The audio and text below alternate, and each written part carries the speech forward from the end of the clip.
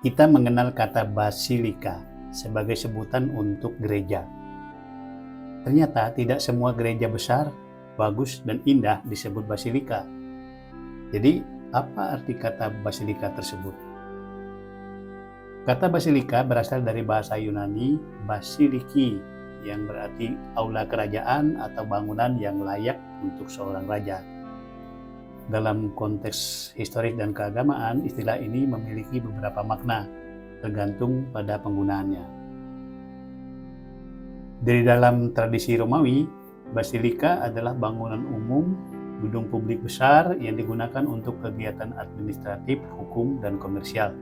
Bangunan ini biasanya berbentuk persegi panjang dengan ruang tengah yang luas, dilengkapi dengan deretan tiang, dan seringkali memiliki apsis di salah satu ujungnya sebagai tempat pejabat duduk. Contoh yang terkenal adalah Basilika Julia dan Basilika Ulpia di Roma yang sekarang tinggal puing-puingnya saja.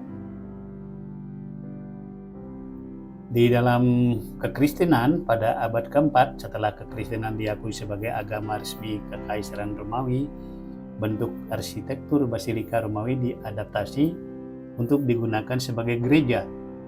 Desain ini dianggap ideal karena mampu menampung banyak orang. Ada 4 bagian utama dari basilika. Yang pertama nave, yaitu ruang utama yang biasanya sangat luas. Lalu apsis, yaitu area melengkung di ujung di tempat altar berada atau tempat kursi uskup. Kemudian transept, ruang melintang yang membentuk salib di denah bangunan, dan narthex, ruang masuk. Untuk gereja ada 2 jenis basilika, yaitu basilika mayor dan basilika minor. Basilika mayor ada 4 di dunia ini dan hanya ada di Roma, yaitu Basilika Santo Petrus, Basilika Santo Yohanes Lateran, Basilika Santa Maria Maggiore, dan Basilika Santo Paulus di luar tembok.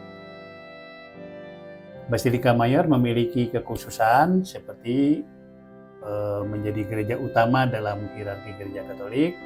Semua basilika mayor memiliki altar utama yang disebut altar paus atau altar papale yang hanya boleh digunakan oleh paus atau seseorang yang mendapat izin darinya.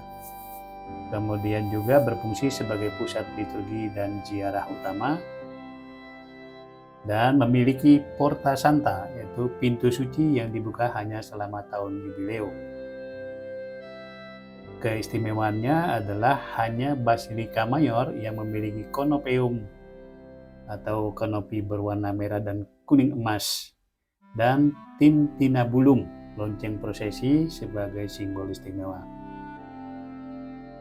Kemudian kita mengenal juga basilika minor yang jumlahnya ribuan di seluruh dunia, ya, banyak sekali, tersebar di luar Italia.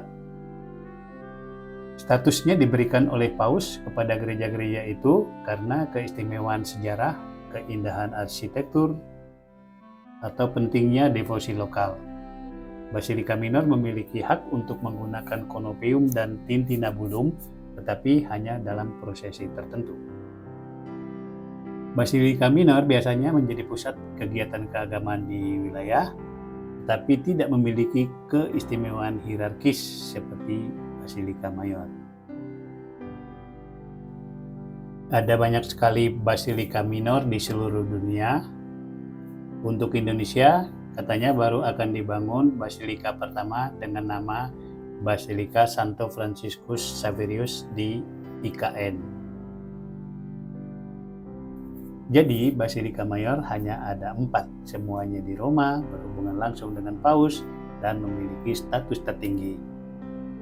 Sedangkan basilika minor lebih banyak, tersebar di seluruh dunia, diberikan status karena keistimewaan lokal.